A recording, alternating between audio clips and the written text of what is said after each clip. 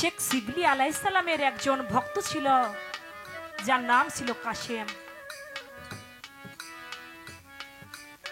একদিন শেখ শিবলি আলাইহিস সালাম তিনি তার ভক্তদেরকে নিয়ে একটা জায়গায় বসেছেন। বসে বসে বলছেন, আচ্ছা তোমরা তো আমার ভক্ত, তোমাদের মধ্যে কেউ কি কখনো আল্লাহকে দেখছো? ভক্ত যারা তারা সবাই বলতে লাগলো, না আমরা কেউ খোদাকে দেখি নাই, কেউ আমরা আল্লাহকে দেখি নাই। কাশেম বলতে লাগলো, আপনি যদি আমাকে অভয় দেন তাহলে আমি বলি। বলে বলো বাবা। বলে দয়াল রে, আমি আল্লাহকে দেখেছি। বলে তুমি আল্লাহকে দেখছো? কি বলো, তুমি তো শরীয়ত বিরোধী কথা বলে ফেলছো। তুমি কিভাবে আল্লাহকে দেখলে? আল্লাহর চেহারা কেমন, কেমন দেখছো তুমি? বলে আমি শুধু তাকে দেখি নাই, আমি তাকে নিজ হাতে গোসল করিয়েছি,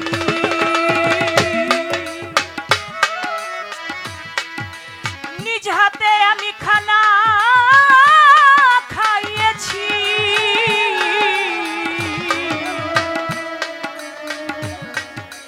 আমি তার রজুর পানি গরম করেছি।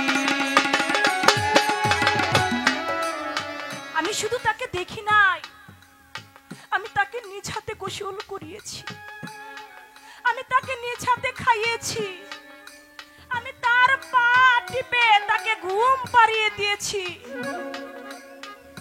বলে তুমি কার কথা বলছো? বলে সে আল্লাহ তো আমার সামনেই বসে আছে, আমার শিবলি আলাইহিস সালাম। বলে আরে আমার কাশেম যে কথা বলছে, এক কথাতে আমার কাশেমকে আর দরবারে রাখা যাবে না, শরীয়ত বিরোধী কথা বলে ফেলছে। শরীয়তের মাওলানারা যদি ওরে পায় তাহলে ওকে হত্যা করে ফেলবে, তার আগে আমার তারে আমি মেরে ফেলি। বলে ভক্তরা তোমরা এক কাজ করো, কাশেম যে কথা বলছে এটা তো শরীয়ত বিরোধী কথা, ও আমারই আল্লাহ সাব্যস্ত করছে, ও আমারে নিজ হাতে খাওয়াইছে, গোসল করাইছে, আল্লাহরে নিজে পা টিপে ঘুম পাড়াইছে। কি বলে ওরে একটা বস্তার মধ্যে বেঁধে পানির মধ্যে ফালাই দাও। বস্তার মধ্যে ঢুকিয়েছে, ঢুকানোর পরে বস্তার মুখটা বাঁধছে, বাইন্দা যখন মাথায় করে নিয়ে যায় পথে মধ্যে, তরিকার ভাই জানে ভাইয়ের দরদ অন্যে বুঝে না, ভাইয়ের সঙ্গে ইমাম হুসাইন কারবালায় পানি তো খায় না। ভাইয়ে জানে ভাইয়ের ব্যথা অন্যে বুঝে না, ভাই সঙ্গে ইমাম হুসাইন কারবালায় পানি তো খায় না। তরিকার ভাই জানে ভাইয়ের ব্যথা। বলে কাশেম, ও কাশেম, দয়াল তো হুকুম করছে তোমাকে বস্তার মুখ বেঁধে যেন পানির মধ্যে ফেলে দেই, তুমি তো আমাদের ভাই, তোমাকে কেমন করে পানির মধ্যে ফেলি?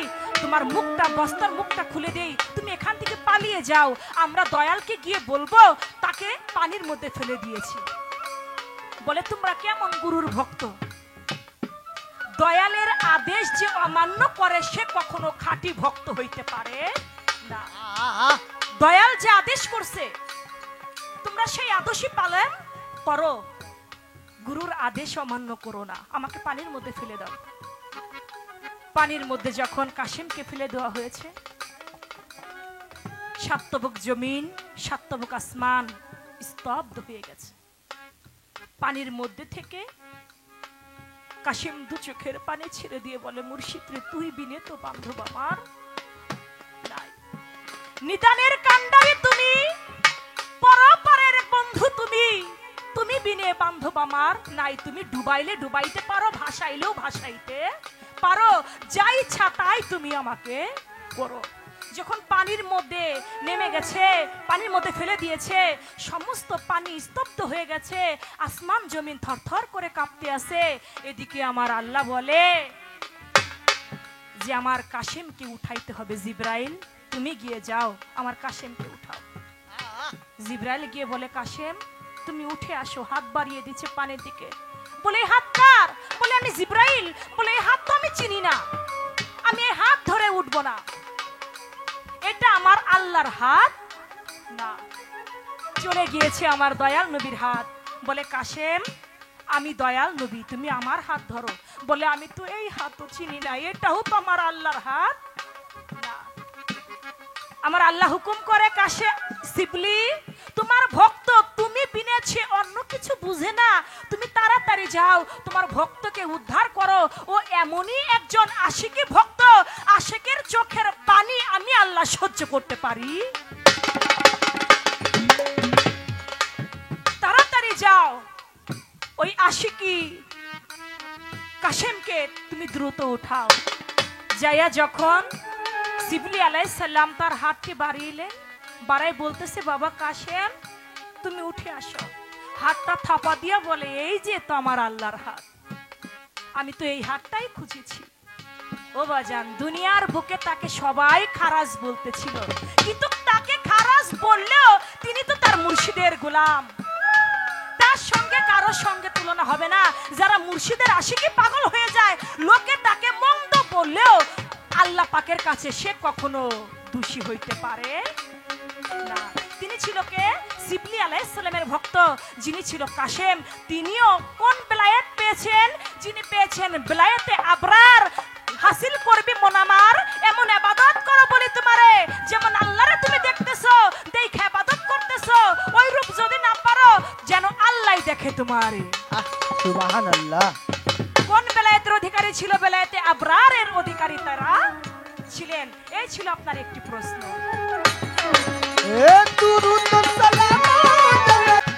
শামস তাবরেজ মাওলানা রুমিকে দুটি প্রশ্ন করলেন। প্রশ্ন শুনে শামরেজ তাবরেজ তিনি অজ্ঞান হলেন। কি দুটি প্রশ্ন করলেন যে প্রশ্ন শুনে অজ্ঞান হলেন? শামরেজ তাবরেজ, ওই শাম তাবরেজ তিনি আল্লাহওয়ালা বুজুর্গ একজন পাগল ছিলেন। তিনি একদিন মক্কা ঘরের দিকে পা দিয়ে, পশ্চিম দিকে পা দিয়ে শুয়ে আছে। এদিকে মাওলানা রুমি তিনি ওই পথ দিয়ে, ওখান দিয়ে যাচ্ছে। তিনি বলে, এ পাগল, তুমি যে পশ্চিম দিকে পা দিয়ে শুয়ে আছো, তুমি যে কাবা ঘরের দিকে পা দিয়ে শুয়ে আছো, তুমি জানো না পশ্চিম দিকে আল্লাহ থাকে? আল্লাহর ঘর পশ্চিমে, যে আল্লাহর ঘর কাবা ঘর, এটা তুমি জানো না? তখন প্রশ্ন করে, দেখেন এখানে একটা প্রশ্ন করে। প্রশ্ন করে কি? শাম তাবরেজ প্রশ্ন করে মাওলানা রুমিকে, এ মাওলানা রুমি, তুমি যে বললে পশ্চিমে আল্লাহর ঘর, আল্লাহ থাকে, আচ্ছা যে দিকে আল্লাহ নাই, তুমি আমার পাটা ওই দিকে ঘুরাই দাও। যেদিকে আল্লাহ নাই, তুমি আমার পাটা সেদিকে ঘুরিয়ে দাও। এখন চিন্তা করে এমন একটা প্রশ্ন আমাকে করলো, যেদিকে আল্লাহ নাই সেদিকে আমার পাটা ঘুরাও, তাহলে এখন আমি কোন দিকে পা ঘুরাবো? আল্লাহ কুল্লে শাইন কাদির, আল্লাহ কুল্লে শাইন মই, আল্লাহ পাক সর্ব জায়গায় বিরাজিত, সব দিকেই আল্লাহ আছে। এখন আমি এই পাগলের পাও কোন দিকে ঘুরাবো? ওই মুহূর্তে তিনি অজ্ঞান হয়ে গেল। অজ্ঞান হয়ে তার আবার হুশ হইল। হুশ হয়ে তিনি বলতে লাগলো যে আপনি কোনো সাধারণ ব্যক্তি না, যেদিকে আল্লাহ নাই সেদিকে আমি আপনার পা ঘুরাবো? আল্লাহ তো সর্বদিকেই আছে। আমি তো আর আপনার প্রশ্নের জবাবে আমি তো উত্তীর্ণ হইতে পারলাম না, আমি তো আপনার পাটা ওইদিকে ঘুরাইতে পারলাম না। এখানে তো আমি আপনার কাছে জবাবে আমি ধরা খেয়ে গেলাম। আপনি আমাকে আপনার কাছে মুরিদ করেন, আমি আপনার কাছে মুরিদ হইতে চাই। বলা মাত্রই আরেকটি প্রশ্ন করলো, হ্যাঁ মাওলানা রুমি, তুমি কার? তুমি বলো তুমি কার? তুমি যদি বলতে পারো তুমি কার, তাহলে বুঝবো তুমি একজন সঠিক মাওলানা। বলে কেন? আমি আবার কার? আমি তো আমারই। বলে না, তোমার এখানেও প্রশ্নের জবাব হইল না, তুমি তোমার না, তুমি হচ্ছে যে মালিক এই পৃথিবীটাকে সৃষ্টি করেছে, তুমি তার। তুমি যদি তার না হবে, তুমি যদি তোমার হবে, এই যে তোমার হাত আছে, তোমার পা আছে, সমস্ত কিছু আছে, কিন্তু হাসরের মাঠে এরা যদি তোমার হইতো তাহলে তোমার বিরুদ্ধে সাক্ষী দিত না। হাতের সাক্ষী তোমার হাতে দিবে, পায়ের সাক্ষী পায়ে দিবে, তোমার সর্ব অঙ্গ প্রত্যঙ্গ সেদিন সাক্ষী দিতে থাকবে। তাহলে তুমি তোমার কেমন করে হলে? তুমিও তোমার না, তুমি হইলা স্রষ্টার, যিনি এই পৃথিবীটাকে সৃষ্টি করেছেন। বলে আমি আপনার কাছে আমি যে ধরা খেয়ে গেলাম, আপনার চরণে আমাকে বিকাশিত করেন। বলে ঠিক আছে, আমি তোমাকে মুরিদ করব, আমি তোমার বাড়িতে যেতে চাই। গিয়ে দেখে 70 উট বুঝাই করে কিতাব লিখে রেখেছে।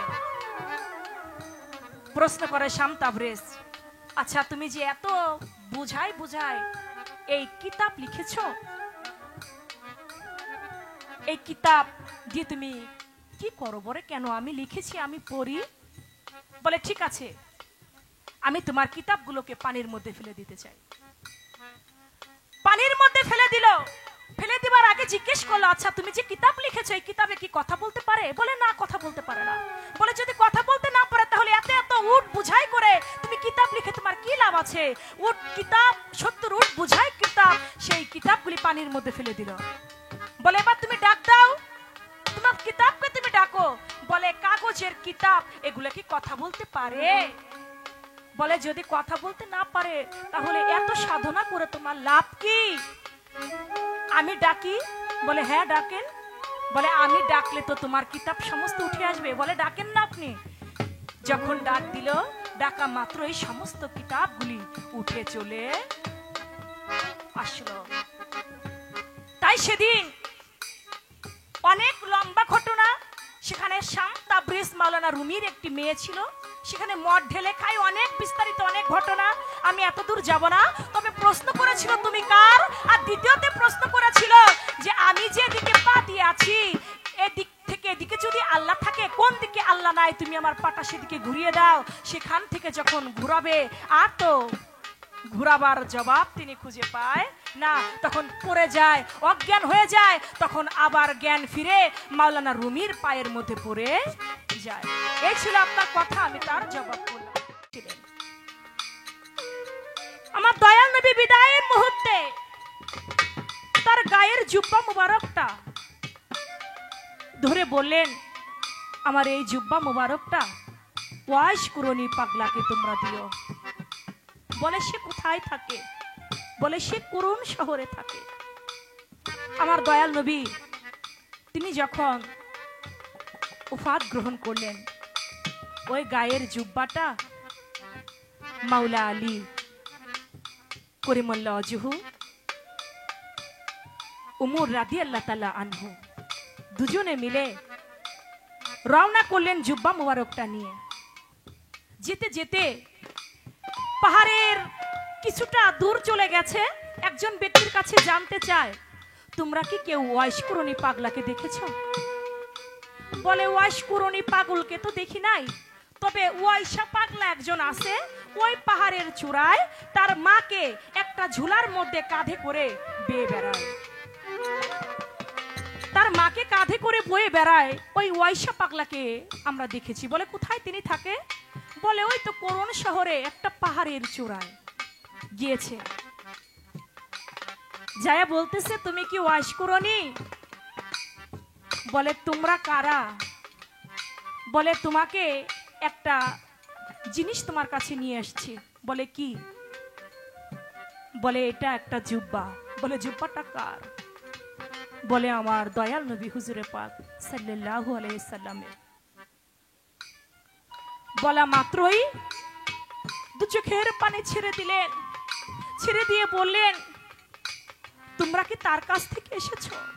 বলে হ্যাঁ, আমরা তার কাছ থেকে এসেছি, তিনি বলেছেন এই জুব্বাটা তোমাকে দেবার জন্য। বলে তাহলে আমার বন্ধু বোধহয় আর পৃথিবীতে নাই, তিনি আমাদেরকে ছেড়ে চলে গেছেন। বলে হ্যাঁ। বলা মাত্রই কাদের ঝুলাটা আমার হযরত আলীর হাতের মধ্যে দিয়ে বলে, হযরত আলী আমার এই কাদের ঝুলাটা তোমার কাছে কিছু সময়ের জন্য একটু রাখো, আমি একটু আল্লাহর সঙ্গে কথা বলতে চাই। বলা মাত্র সেজদার মধ্যে পড়ে গেছে। এখন সেজদা আর উঠায় না। আমার আল্লাহ বলে, ওয়াশকুরনি পাগল, তুমি সেজদা দিয়েছো, সেজদা উঠাও। তুমি সেজদা কেন উঠাও না? আমার তামাম দুনিয়া যে কাঁপে। বলে, আমি সেজদা উঠাইতে পারি। আমার জীবনে বড় ইচ্ছা ছিল, আমি আমার দয়াল নবীর হাতে হাত রেখে আমি বায়াত গ্রহণ করব, কিন্তু আমার এই সৌভাগ্যটা কোনোদিন হয় নাই। আমি একদিন তার বাড়িতে গিয়েছিলাম, আমি তার দেখা পাই নাই। আমার বড় ইচ্ছা ছিল আমি তার হাতে বায়াত গ্রহণ করব, আমাকে ফাঁকি দিয়ে সে চলে গেছে। তুমি তাকে কেন নিলা? আমি এই সেজদা তখনই উঠাবো, আমার দয়াল নবী পৃথিবীতে সবথেকে বেশি ভালোবেসেছে তার পাপী উম্মতদের। আমার দয়াল নবী তার জীবনের থেকেও বেশি ভালোবেসেছে তার পাপী উম্মতকে। এই সেজদা আমি তখন উঠাবো যদি তার পাপী উম্মতের মধ্যে 16 আনা উম্মতের গুনাহ আল্লাহ তুমি মাফ করে দাও। বলে, ওয়াশকুরনি 16 আনা গুনাহ তো মাফ করা যায় না, আমি 4 আনা উম্মতের গুনাহ মাফ করে দিলাম। বলে, তা হবে না, 4 আনা উম্মতের গুনাহ মাফ করলে হবে না, 16 আনা উম্মতের গুনাহই মাফ করতে হবে, তাহলে আমি এই সেজদা উঠাবো। বলে, ওয়াশকুরনি আমি 8 আনা উম্মতের গুনাহ মাফ করে দিলাম, তুমি তোমার সেজদা উঠাও। বলে, না হবে না, আপনার 16 আনা উম্মতের গুনাহই মাফ করাইতে হবে। বলে, ওয়াশকুরনি আমি তোমার দয়াল নবীর, আমার বন্ধুর 12 আনা উম্মতের জীবনের গুনাহই মাফ করে দিলাম। বলে, হবে না, 16 আনা উম্মতের গুনাহই মাফ করতে হবে। এরই মধ্যে হযরত আলী ডাক দিয়ে বলে, ওয়াশকুরনি আমি যে ঝুলাটা আর কাঁধে রাখতে পারছি না, আমি যে মাটির মধ্যে ডুবে যাই, তুমি তোমার ঝুলাটা ধরো। সেজদা উঠাইয়া হযরত আলীকে বলল, আপনি কি করলেন? আর একটু সময় পরে যদি আপনি আমাকে ডাক দিতেন, আমি তো আমার দয়াল নবী পাপী উম্মতের মধ্যে 12 আনা উম্মতের জীবনের গুনাহ মাফ করে নিয়েছিলাম, আর যদি একটু সময় দিতেন তাহলে 16 আনা উম্মতের জীবনের গুনাহ মাফ হয়ে।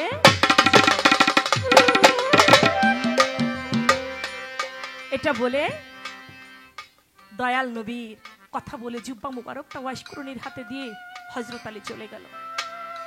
এদিকে ওয়াশকুরনি পাগলা শুনতে পাচ্ছে হযরত আলীর সঙ্গে একটা যুদ্ধর ঘোষণা শুরু হয়ে গেছে এজিদের সঙ্গে। এ কথা সংবাদ পেয়ে দেখে অনেক লোক হযরত আলীর পক্ষে যুদ্ধ করবার জন্য যায়। ওয়াশকুরনি পাগল ডাক দিয়ে কয়, তোমরা কই যাও? বলে, হযরত আলীর সঙ্গে তো এজিদের লোকের যুদ্ধ শুরু হয়ে যাবে, আমরা হযরত আলীর পক্ষে নাম লেখাতে যাই এবং হযরত আলীর পক্ষে আমরা যুদ্ধ করতে চাই। বলে, তোমরা একটা কাজ করো, আমাকে কি কেউ সঙ্গে করে নিয়ে যাইতে পারো? আমিও আমার মাওলা আলীর পক্ষে আমিও যুদ্ধ করব। বলে, তুমি তো বৃদ্ধ, তুমি বুড়া মানুষ, তোমার মুখে একটাও দন্ত নাই, তুমি কেমন করে বুড়ো মানুষ হয়ে কেমন করে তুমি যুদ্ধ করবা? আরেকজন লোক বলে, দেখ উনি বৃদ্ধ হয়েছে তাতে কি, উনি যদি মাঠে থেকে একটা ইটার টুকরাও যদি কুড়ায় দেয় তাও আমাদের উপকারে আসবে, ওকে আমরা সঙ্গে করে নিয়ে যাই। যখন হযরত আলীর সঙ্গে হযরত আলীর পক্ষে যখন যুদ্ধে নামলেন, এজিদের লোকজন যতই তাকে মাবিয়া লোকজন যতই তাকে অ্যাটাক করতে লাগে, কিন্তু তার গায়ে সেই একটাও তীরবিদ্ধ হয় না। যতই সামনে থেকে মারে ততই তীরবিদ্ধ হয় না। যখন না হয়, মাবিয়ার লোকজন মাবিয়ার কাছে গিয়ে বলে, এটা তো কোনোভাবেই একটা লোক, বৃদ্ধ লোক, সবার সঙ্গেই পারি, কিন্তু ওই বৃদ্ধ বুড়োটার সঙ্গে যে আমরা কিছুতেই পারি না। বলে, সে দেখতে কেমন? বলে, তার মুখের মধ্যে একটাও দন্ত নাই, তার কান বাবরি চুল, দেখতে এমন পাগলের হাল। বলে, তাই? বলে, সে তো আর কেউ হইতে পারে না, সে নিশ্চয়ই ওয়াশকুরনি। তোমরা একটা কাজ করো, ওয়াশকুরনিকে তোমরা তো সামনে থেকে মারতে পারবা না, তোমরা ওর পিছন দিক থেকে তোমরা আক্রমণ করবে, আর যদি পিছন দিক থেকে আক্রমণ করো তাহলে তাকে তোমরা নিধন করতে পারবে। ওয়াশকুরনি পাগলাকে বাজান যুদ্ধের মাঠে পিছন থেকে যখন আক্রমণ করতে লাগলো, একটা তীর যখন পুষ্করণীর দিকে ছুঁড়ে দিল, পৃষ্ঠ থেকে তীর যখন মারে পুষ্করণী জমিনে লুটিয়ারে পড়ে। প্রাণ পাখি যাবে যাবে, এমন সময় ঘোড়াকে বলে, ঘোড়া রে, আমার জীবনে বড় ইচ্ছা ছিল আমি দয়াল নবীর হাতে বায়াত গ্রহণ করব, সে তো আমাকে ফাঁকি দিয়ে চলে গেছে।